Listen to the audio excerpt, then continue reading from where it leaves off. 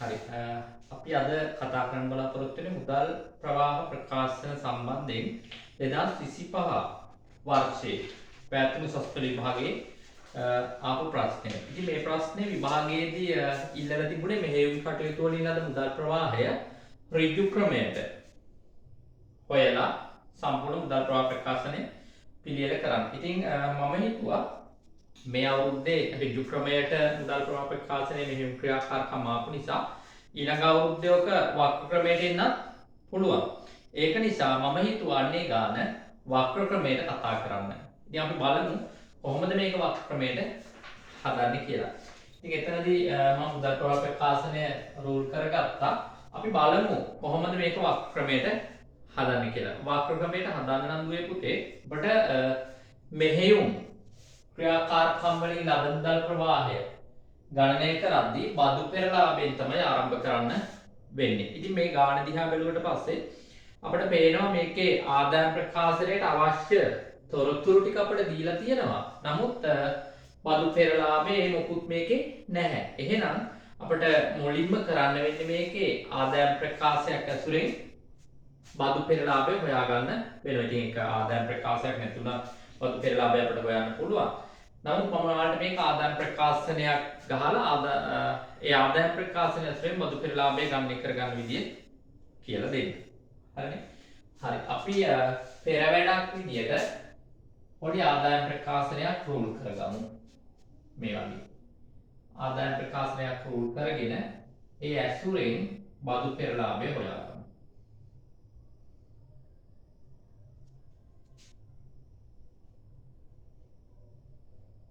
ආදායම් ප්‍රකාශනය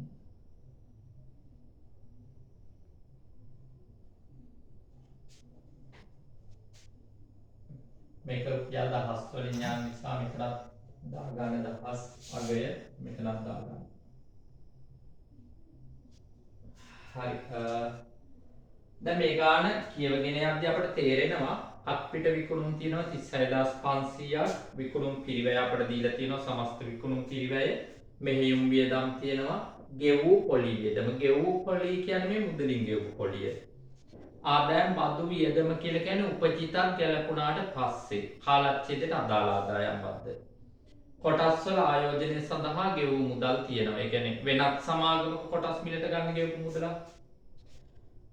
යාන්ත්‍රයක් මිලට අරන් තියෙනවා. ඒක 28000ක් විදිහට දක්වලා තියෙනවා. අපි බලමු.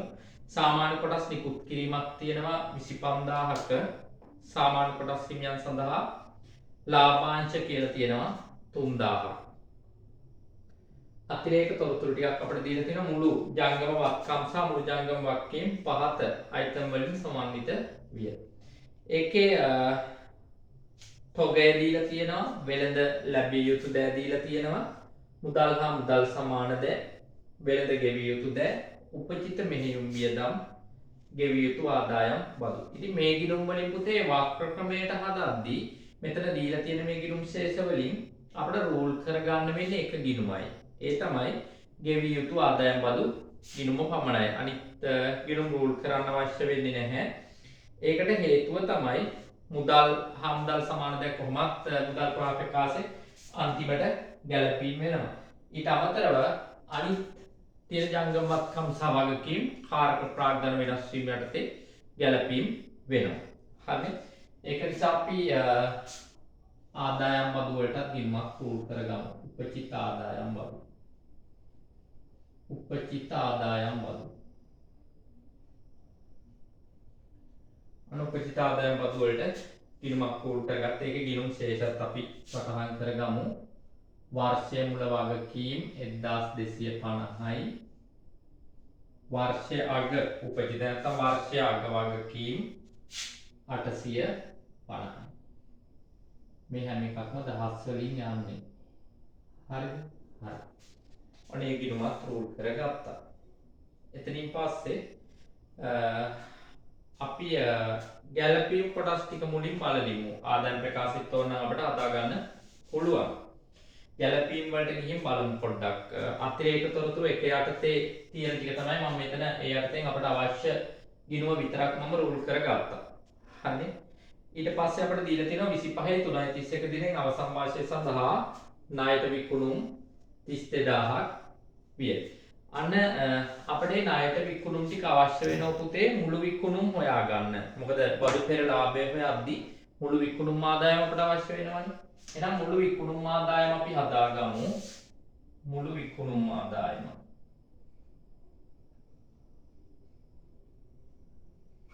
මුළු විකුණුම් හැදෙන්නේ ණයට විකුණුම් සහ අපිට විකුණුම්. අපිට විකුණුම් 36500ක් තියෙනවා. ණයට විකුණුම් තියෙනවා කොච්චරද? 32000ක්. 32000ක්. ඒ අනුව මුළු විකුණුම් වෙනවා 68500ක්.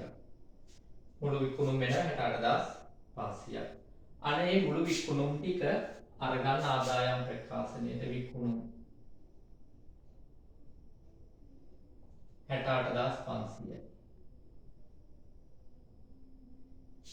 68500 විකුණුම් වලට තව මොන හරි ගැළපීම් තිබුණොත් ඒවත් කරන්න වෙනවා. මේ ගානට අනුව නම් තවත් ගැළපීම් මොකුත් නැහැ. හරිනේ හරි. ඊට පස්සේ අපිට කියලා තියෙනවා 2025 3/31 දිනෙන් අවසන් වාර්ෂය සඳහා රුපියල් 4500ක ෂෙයා වියදම සහ රුපියල් 500ක දුන්වට්ටම් මෙහෙයුම් වියදම් තුල ඇතුළත් වේ. මෙහෙයුම් වියදම් කියන එක මෙතනදී අපිට බලපාන්නේ නැහැ. මොකද මේක වක්‍ර ක්‍රමයටනේ හදන්නේ. හැබැයි මෙහෙයුම් වියදම් තුල මේ ඇතුළත් වෙලා තියෙන ෂය වත්කම් ෂය ටික අපිට අදාළ වෙනවා. ඒකට හේතුව තමයි වත්කම් ෂය කියන්නේ මුදල්මය නොවන අයිටමයක් නේ. ඒක නිසා මේක බදු පෙර ලාභයෙන් දැන් අඩු වෙලා තියෙන. ඒක නිසා බදු පෙර ලාභයට අපි එකතු කරන්න ඕන වත්කම් ෂය ටික. ඒ වගේම තමයි මෙතන දීලා තියෙනවා රුපියල් 500ක දුන්වට්ටම්. දුන්වට්ටම් කියන එක අපිට මෙතන ගැළපීමක් කරන්න අවශ්‍ය වෙන්නේ නැහැ. දුන්වට්ටම් ණයගැති ගිණුම තුල ගැළපෙනවා. එතකොට කාරක ප්‍රාග්ධන වෙනස් වීම යටතේ ණයගැති අගමුල ශේෂ ගැළපුවට පස්සේ දුන්වට්ටම් ටික ඉබේම ගැළපිලා තමයි තියෙන්නේ. හරිනේ. හරි. එහෙනම් අපි බදු පෙර ලාභය ගන්න කලින් මෙතන තුන්වෙනි අතිරේක තොරතුරට අදාළ ෂය ටික උඩින් වෙන්නේ බදු පෙර ලාභයනේ. බදු පෙර ලාභය අපි තාම හොයාගත්තේ නැහැ. බදු පෙර ලාභය මෙතනින් ෂය ටික එකතු කරගෙන ඉමු. බදු පෙර ලාභයවන් එකට ගැලපීම් කරගමු. වත්කම් ෂය.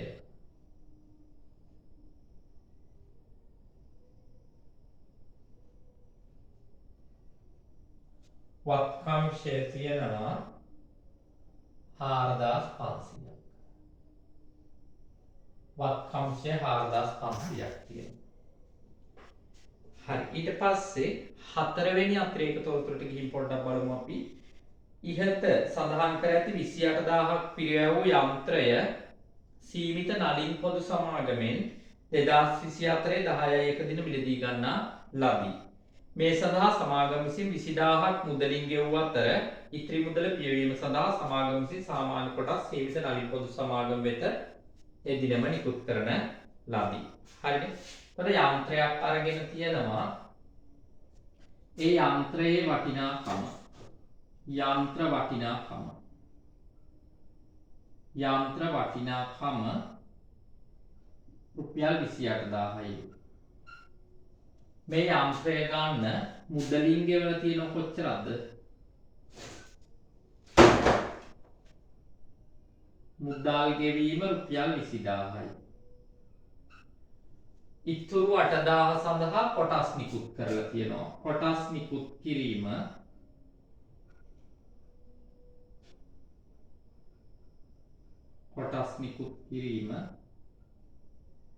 රුපියල් 8000යි. රුපියල් 8000ක් වටිනා කොටස් සීමිත නලින් පොදු සමාගමට නිකුත් කරලා තියෙනවා. එතකොට මේකේ ජර්නල් සටහනක් විදිහට අපිට ලියන්න පුළුවන් මේ යන්ත්‍රය මිලට ගැනීම මෙන්න මේ විදිහට. යන්ත්‍ර ගිණුම හර 28000යි මුදල් ගිණුම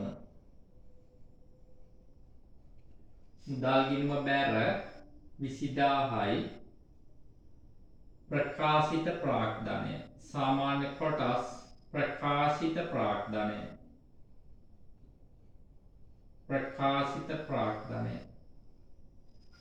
බැර 8000යි. හරිද? එතකොට යන්ත්‍රයක් මිලට අරන් තියෙනවා. යන්ත්‍රය මිලට ගනිද්දි මුදලින් 20000ක් ගෙවලා ඉතුරු 8000 ගෙවලා තියෙන්නේ කොටස් වලින්. නැත්නම් අදාළ සමාගමට රුපියල් 8000ක් වටිනා කොටස් දීලා තියෙනවා. අන්න ඒ විදිහට තමයි යන්ත්‍රයේ පිරිවැය සකස් වෙන්නේ.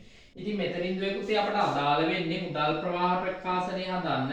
මෙන්න මේ අපි මුදලින් ගෙවපු 8000. හරිද? ඒක යන්නේ ආයෝජන ක්‍රියාකාරකම් වලට. ඒක ලියන්න පුළුවන් යන්ත්‍ර මිලට ගැනීම. යන්ත්‍ර මිලට ගැනීම කියලා 20000ක්. ඒක වරහන් කරලා ලියා ගන්න. හරිනේ? හරි. ඊට පස්සේ පස්වෙනි අතිරේක තොරතුරට ඇවිල්ලා බැලුවොත් ඒකේ තියෙන ඉහත සඳහන් කර ඇති රුපියල් 25000ක සාමාන්‍ය කොටස් නිකුත් කිරීම සමන්විත වන්නේ පහත දෑවලිනි. 25000ක සාමාන්‍ය කොටස් නිකුත් කරලා තියෙනවා. සාමාන්‍ය කොටස්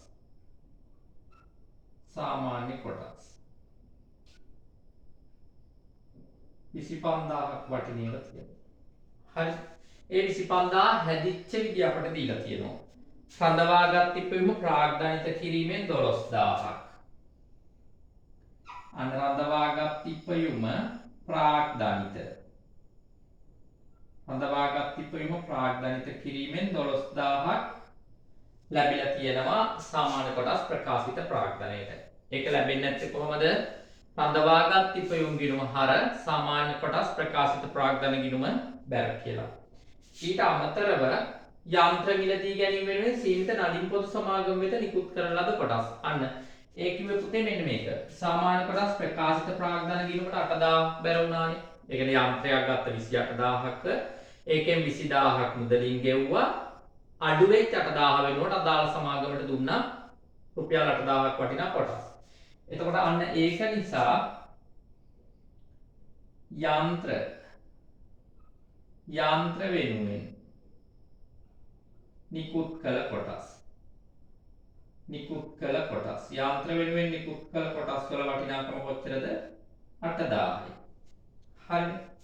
සීමිත නලින් පොදු සමාගමට. ඊළඟ තියෙනවා වර්ෂය තුලදී මුදලට සිදු කළ මහජන කොටස් නිකුතුව. එහෙනම් ඒ කොටස් නිකුතු දෙකෙන්ම පස්සේ නැත්නම් රඳවාගත් ප්‍රාග්ධනිත කළ තියෙන 12000ක් යන්ත්‍රය මිලට ගැනීමේදී සීමිත නලින් පොදු සමාගමට නිකුත් කළ තියෙන රුපියල් 8000ක කොටස්. තව ඉතුරු වෙනවා නම් යම් ප්‍රමාණයක්. අන්නේ ප්‍රමාණය තමයි මේ වර්ෂය තුල මුදලට සිදු කළ කොටස් නිකුතුව. මහජන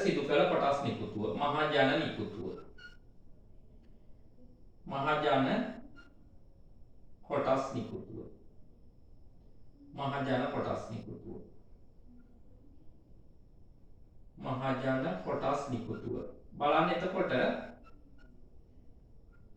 රඳවාගත් ඉපයුම ප්‍රාග්ධනිත කළ 12000 යන්ත්‍රය ගන්න නිකුත් කළ 8000ක්. එතකොට 12යි 8යි 20යි. එහෙනම් තව ඉතුරු වෙනවා කොච්චරද? තව ඉතුරු වෙනවා 5000ක්. අන්න ඒ 5000 තමයි මේ කාලච්ඡේදය තුල මුදලට සිදු කරපු කොටස් නිකුතුව. නැත්නම් කොටස් නිකුත් කළ ලබා ගත්ත නම් යම් මුදලක් ඒ මුදල වෙන්නේ කීයද? රුපියල් 5000යි. නේ? එහෙනම් මූල ක්‍රියාකාරකම් වල ලියා ගන්න කොටස් නිකුතුවෙන් ලද මුදල්. කොටස් නිකුතුවෙන් ලද මුදල් 5000යි. කොටස් නිකුතුවෙන් ලද මුදල් 5000යි. හරි.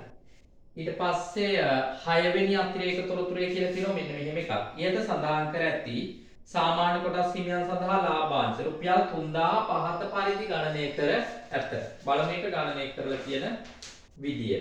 සාමාන්‍ය කොටස් හිමියන්ට ගෙවූ අතුරු ලාභාංශ. එක දීලා තියෙන සංයුක්තය වල බලන්න ගානේ සාමාන්‍ය කොටස් හිමියන්ට ගෙවූ අතුරු ලාභාංශ 2500යි. ඒක ගෙවූ නම් ලාභාංශ ගෙවීම මූල ක්‍රියාකාරකම් යටතේ ඉන්න ඕන. ලාභාංශ ගෙවීම ලාභාංශ ගෙවීම 2500යි. ලාභාංශ ගෙවීම 2500යි. සාමාන්‍ය කොටස් හිමියන් සඳහා යෝජිත ලාභාංශ. යෝජිත ලාභාංශ පුතේ අපි ගැලපීම් කරන්නේ නැහැ.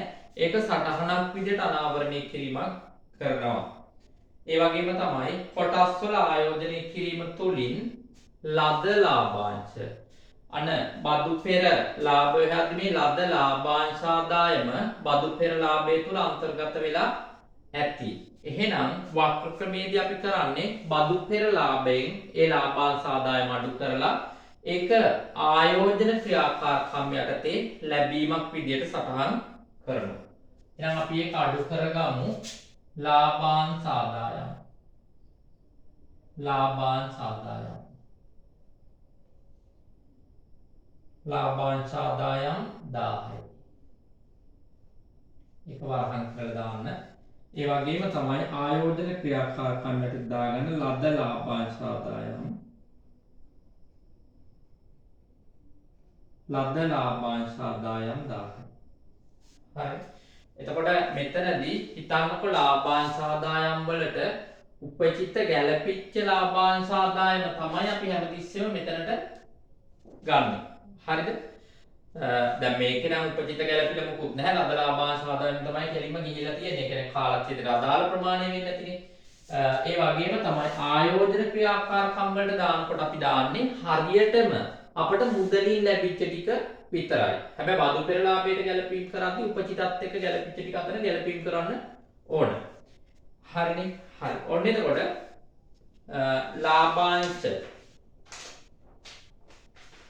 ලාභාංශ කියලා තියෙන 3000 බෙදලා ගියපු විදිහ අතුරු ලාභාංශ ගෙවීම් තියෙනවා.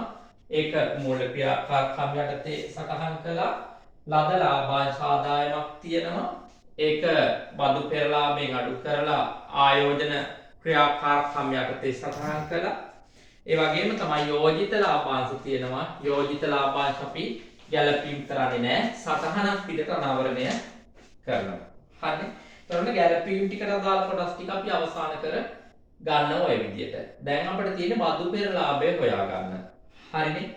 අන්න බදු පෙර ලාභය හොයන්න අවශ්‍ය මූලික කොටස විදියට විකුණුම් ආදායම අපි හදාගත්තා. අපිට විකුණුම් සහ ණයට විකුණුම් කියන කොටස් දෙකේම එකතුවෙන්. ඊළඟට විකුණුම් පිරිවැය අපිට දීලා තියෙනවා. අඩු කළා විකුණුම් පිරිවැය. අඩු කළා විකුණුම් පිරිවැය. අඩු කළා විකුණුම් පිරිවැය. විකුණුම් පිරිවැය කීයද? 30000යි. විකුණුම් පිරිවැය 30000යි. අන්න දල ලාභය නම් අපට 38500ක්. දල ලාභය. දල ලාභය 38500යි. මේකට වෙනත් ආදායම් එකතු වෙන්න ඕන. එකතු කළා වෙනත් ආදායම්. වෙනත් ආදායම්. වෙනත් ආදායම් විදියට මෙතන තිබුණේ මොනවද? ලද ලාභාංශ ආදායම. ලද ලාභාංශ ආදායම. ලාභාංශ ආදායම. ලාභාංශ ආදායම. 1000යි. දැන් මෙතනදී සාමාන්‍යයෙන් අපි සමාගම් ගාන ආදායම් ප්‍රකාශ හදද්දී මේ ලාභාංශ ආදායම් කියන එක මෙතන ලියන්නේ නැහැ. ඒක වෙනත් ආදායම් කියන සටහන් අංක 1 යටතේ සටහනක් විදියට දාලා ඒ මුළු එකතුව තමයි වෙනත් ආදායම කියලා මෙතන දාන්නේ. දැන් මෙතන අපි කටු වැඩක් නේ කරන්නේ. ඒක නිසා ගැටලුවක් නැහැ. හරිනේ? හරි. ඔන්න එතකොට අපිට මෙතන එනවා 39500ක්. දැන් ඕකෙන් වියදම් තියෙන ඒවා අඩු කරන්න. වියදම් තියෙන ඒවා අඩු කරන්න. වියදම් විදිහට මෙහෙයුම් වියදම් 10000යි. මෙහෙයුම් වියදම්. මෙහෙයුම් වියදම් 10000යි. ගෙවූ පොලි 6000යි. පොලි වියදම. පොලි වියදම 6000යි. එච්චරයි නේද තියෙන්නේ. මෙහෙයුම් වියදම් සහ පොලි වියදම කියන දෙක තියෙනවා. හරි? ඒ දෙක අඩු කරමු අපි. ඔන්න 16000ක් තියෙනවා.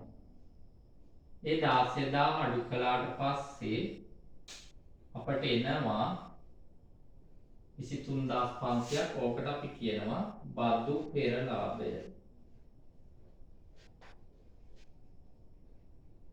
ඕකට අපි කියනවා බදු පෙර ලාභය. ඔන්න අපිට කාලච්ඡේදයේ ලාභය හොයාගන්න පුළුවන් මෙතනදී.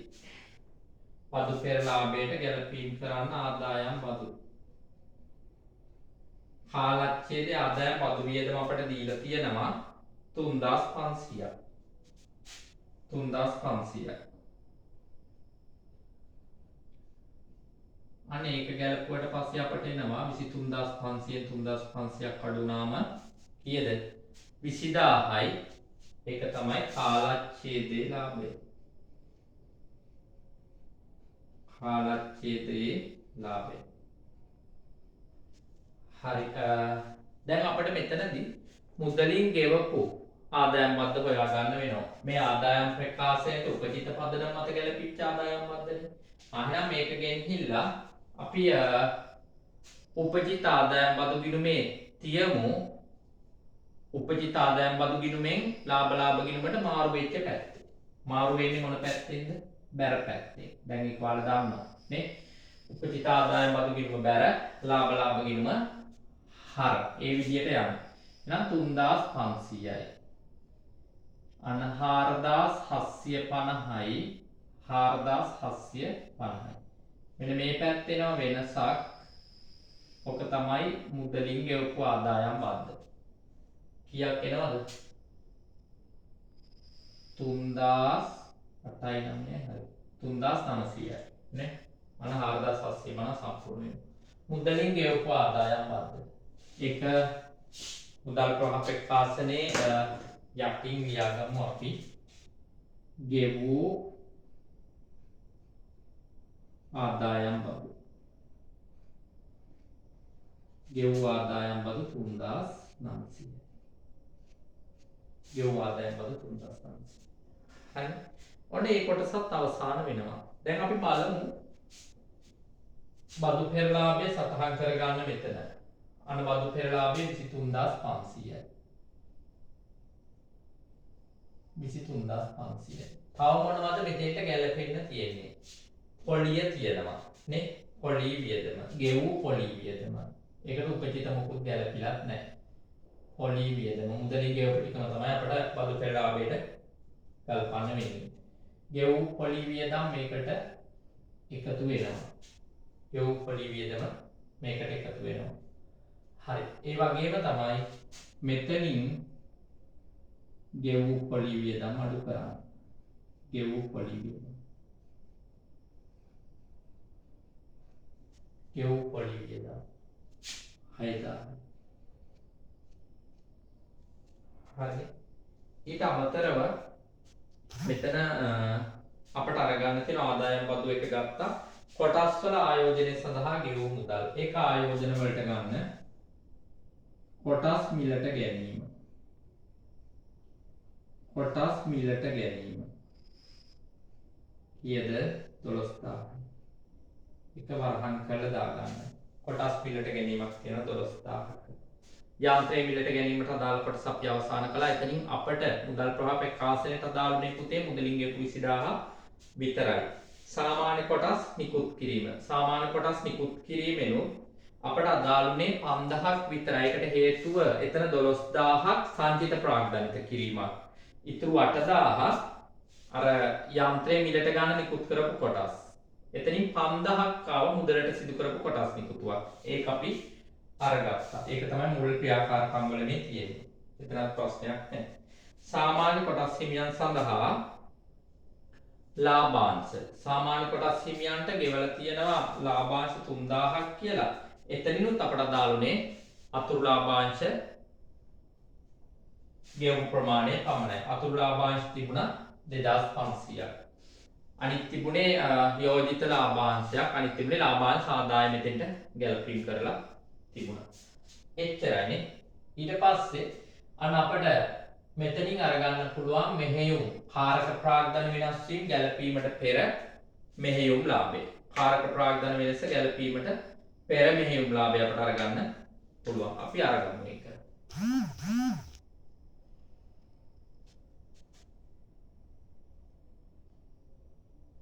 කාරක ප්‍රාග්ධන සංචලනයට පෙර මෙහෙයුම් ලාභය.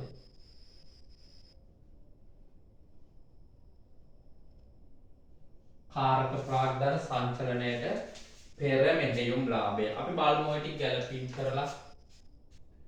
හරි මෙන්න 10500යි ධනාගේ 10500යි 10500යි කියලා කියන්නේ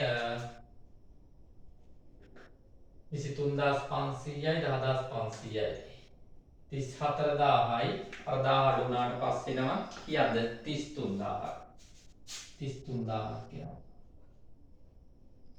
දැන් මෙතන අපි ඊළඟට ගැලපීම් කරන්න ඕන කාරක ප්‍රාග්ධන සංචලන. කාරක ප්‍රාග්ධන සංචලන.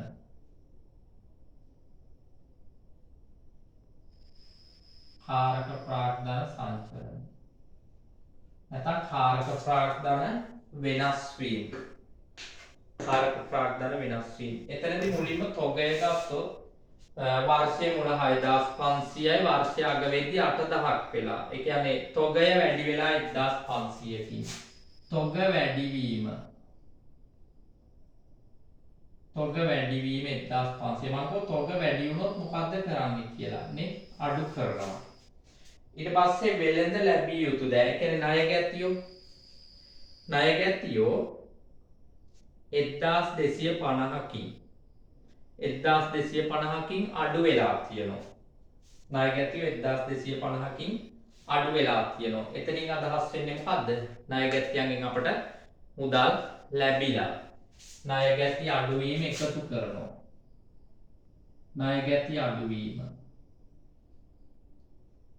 ණය ගැති අඩු වීම 1250යි.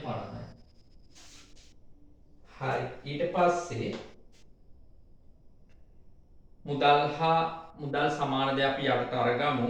වෙළඳ ගෙවිය යුතු දෑ. ඒ කියන්නේ ණය හිමියෝ මුලින් ඉඳලා තියෙන 6250ක් ඊළඟට 4750ක් වෙලා තියෙනවා. කීයකින් අඩු වෙලාද ණය හිමියෝ? ණය හිමියෝ අඩු වෙලා තියෙනවා 1500කින්. ණය හිමි අඩුවීම අපි අඩු කරනවා. ණය හිමි අඩුවීම. ණය හිමි අඩු වෙලා තියෙන ණය හිමියන්ට මුදල් ගෙවලා. ණය හිමි අඩුවීම 1500යි. ණය හිමි අඩුවීම 1500යි. හරිනේ. හරි. ඊට පස්සේ බලන්න උපචිත මෙහෙයුම් වියදම් 600යි වර්ෂයේ මුල වර්ෂය අග වෙද්දී 1000යි. උපචිත වියදම්. ඒ කියන්නේ ගෙවිය යුතු වියදම් තව ටිකක් වැඩි වෙලා. ඒ කියන්නේ අපි ගෙවලා නැහැ. වෙනස 400යි. උපචිත වියදම් වැඩි වීම එකතු කරනවා. උපචිත වියදම් වැඩි වීම. උපචිත වියදම් වැඩි වීම. කීයද? 400යි. ඒක අපි එකතු කරනවා. හරිනේ. ඒක එකතු කරනවා. අන්න දැන් මේ ටික ගැලපීම් කළාට පස්සේ අපට ලැබෙනවා මෙහෙයුම් කටයුතු වලින් ලද මුදල. හෝ මෙහෙයුම් වෙනුවෙන් ගෙවූ සුද්ධ මුදල. එතෙන් දැන් අපට ලැබෙන්නේ ඍණාගයක්. මෙහෙයුම් කටයුතු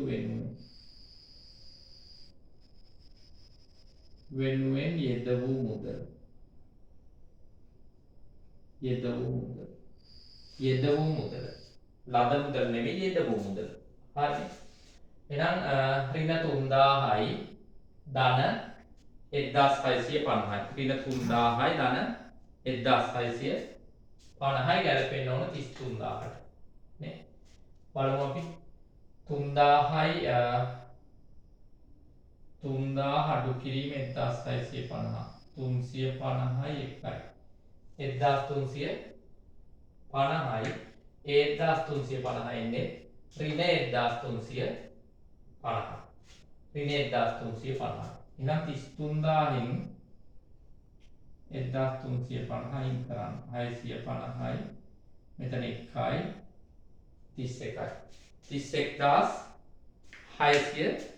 31650ක් එනවා අපට මෙහෙයුම් කටයුතු වලින් නැත්නම් මෙහෙයුම් කටයුතු වෙනුවෙන් යෙද වූ මුදල 31650. ඒක ධනාගයක්.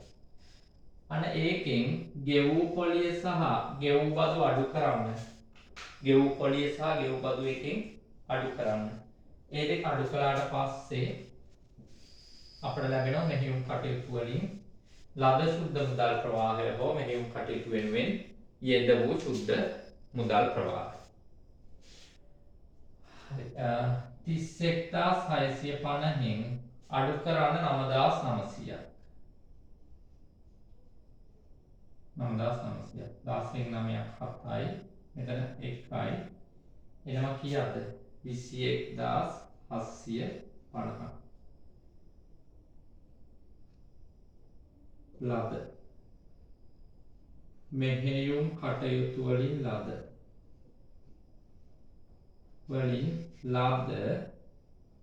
සුද්ධ මුදල් ප්‍රවාහය. මෙහෙයුම් කටයුතු වලින් ලද සුද්ධ මුදල් ප්‍රවාහය අපිට ලැබෙනවා කීයද? 21750. ඊට පස්සේ අපි යන් ආයෝජන ක්‍රියාකාරකම් වලට. අන්න ආයෝජන ක්‍රියාකාරකම් වලට ගියාට පස්සේ එතන අපිට ඉන්නේ ආයෝජන ක්‍රියාකාරකම් වලින් ලද සුද්ධ මුදල් ප්‍රවාහය නෙමෙයි, ආයෝජන කටයුතු වෙනුවෙන් යෙද වූ සුද්ධ මුදල් ප්‍රවාහය. ආයෝජන කටයුතු වෙනුවෙන් යෙද වූ සුද්ධ මුදල් ප්‍රවාහය. ඍණාගයක් આવොත් යෙද වූ. එතන 32000ක් තියෙනවා ඍණ, 1000ක් තියෙනවා ධන. එහෙනම් යෙද වූ සුද්ධ මුදල් ප්‍රවාහය එනවා ඍණ 31000ක්. ඍණ 31000ක්. හරි. ඊට පස්සේ යන් මූල්‍ය වලට. අන්න මූල්‍ය කටයුතු වලින් ලද සුද්ධ මුදල් ප්‍රවාහය. මූල්‍ය කටයුතු වලින් ලද සුද්ධ මුදල් ප්‍රවාහය එනවා කීයද? 2500. 2500ක්. දැන් බලන්න මුදල් හා මුදල් සමාන දේවල් අපිට බැලුවම පේනවා එන්නේ සුද්ධ වැඩිවීමක් නෙවෙයි, සුද්ධ අඩුවීමක්. මුදල් හා මුදල් සමාන දේවල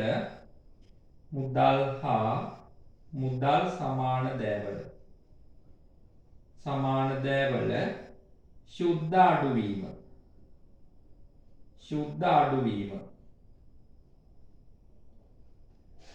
ඍණ 31000යි ධන 24250යි නේ. 21750යි 2500යි කියන්නේ 24250යි.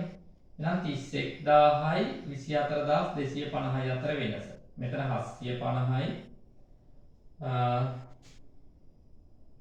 මෙතන 6යි. 10න් 4ක් 6යි. ඍණ 6750යි. ඍණ 6750යි. ඍණාගයක්. ඒ කියන්නේ වරහන් කරලා ගන්න. එතෙන්ට එකතු කරන්න 4යි 1 මුදල් හා මුදල් සමානද? මුදල් හා මුදල් සමානද? කීයක් කියනවද? 1100යි. ඒක ධනාගයක්නේ. 1100. අනේක ගැලපුවට පස්සේ පිරුතුර විදියට එනවා. මෙතන 650යි. මෙතන 5යි.